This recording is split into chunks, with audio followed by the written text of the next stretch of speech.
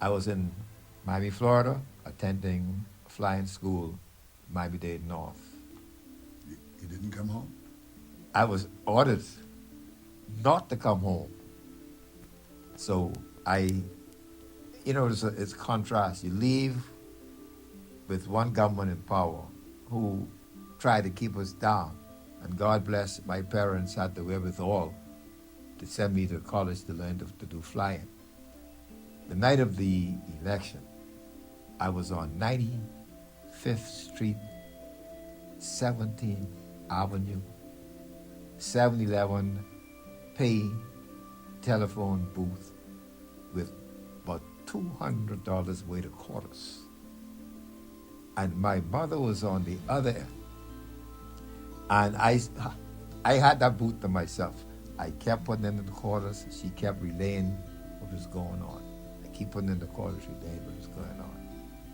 So after it was finished and we got the results, I say, Mom, I got to come home. She said, now hold on. I said, hold on. We just won the government. We can need people like you to be educated to come and take over. Because that's what it was about. That's what it was about. And that's what she told me. And the first break, when I came home, I met Sir Lyndon and Uncle Arthur Hunt. Sir Lyndon told me the same thing. He said, now, Minky, I know you were excited. You always supported the PLP. You're always active in the PLP. He said, but now that we are in charge, that's the word he used, now that we are in charge, we need people like you to come to the forefront, but you have to get that education first. So Lyndon told me, with education, you could move the world. They cannot take that from you. Once you have that in your brain, they cannot take that from you.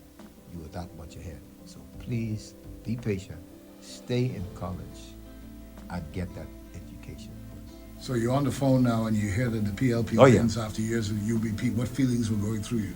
Oh, I can't describe the feelings now. I couldn't sleep no more that night. I had to go back and, there wasn't no cell phone, wasn't no modern stuff like this. I had to keep using that pay phone to get the news in. And there were some Bahamians in that area where we were, and they were depending on me to relay the message to them. So you had a little party we had a wonderful party. 1492 Northwest 91st Street. So I can still remember the address. That's where we were. That was my little cubby hole. And we met there. And we went down the road, bought some hot dogs, and we sat up all night discussing the future.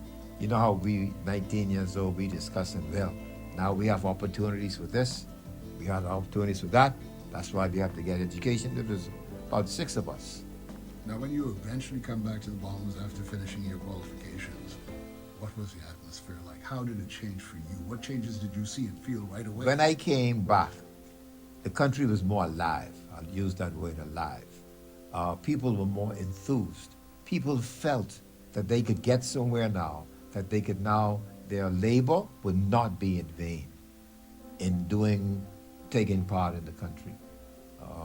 They say, all right, I could be what I want to be now. Not just a waiter or a carpenter or a busboy.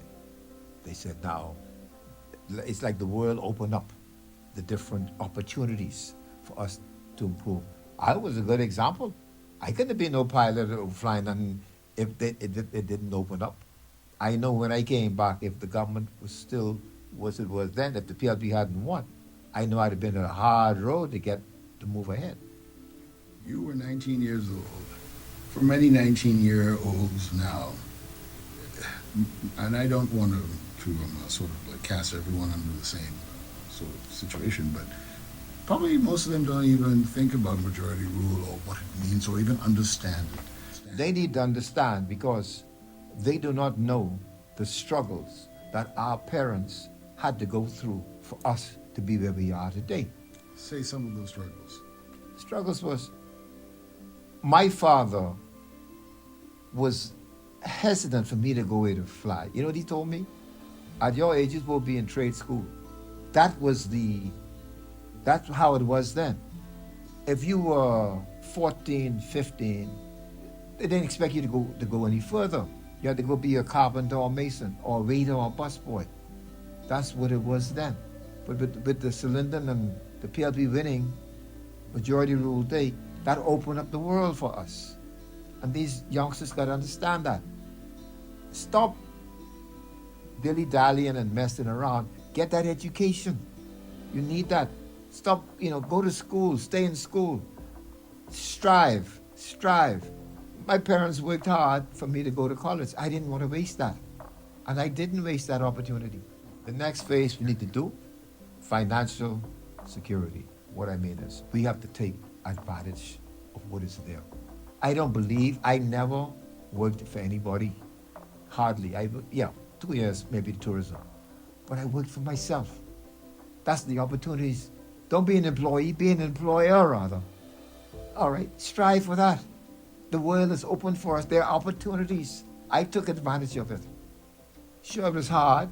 You have ups and downs. But the joy of being an employee is that you set your own terms. And everybody wanted to be, no, get off your butt and go be an employer. So this culture that we're seeing, particularly with young men who are just arms out asking for money, that's not what this is supposed to be. No. You're supposed to be able to work by the toil of your hands, man. You got to work. Stop looking for a handout.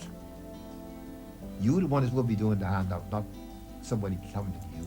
Lifting everybody else up. Get your tail up, go to school, get that basic education, You'd be surprised once you get that education, you would find the world opened up for you. Opportunities just fall in your lap. The majority rule isn't about selfishness. We got to learn to uplift one another, help one another up. So be too greedy and be too selfish at times. All right? If I see you make it, I'm glad. I could make it too.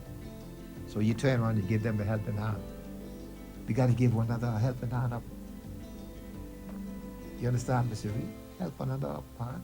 Give me 30 seconds more, whatever you want to say about majority rule. 30 seconds. Majority rule, as far as I'm concerned, that was the best thing happened to us. That led to independence. Majority rule opened up the world for us as Bahamians. The outside world thought we would have been a failure. Linden proved them wrong. The PLP proved them wrong. Bahamians proved them wrong. Now, Bahamians, we need to get that pride back. And let these foreigners and everybody know this is our country. We can handle our own affairs. Just give us the opportunity. No, but we have to create the opportunity. And through education, you can create that opportunity.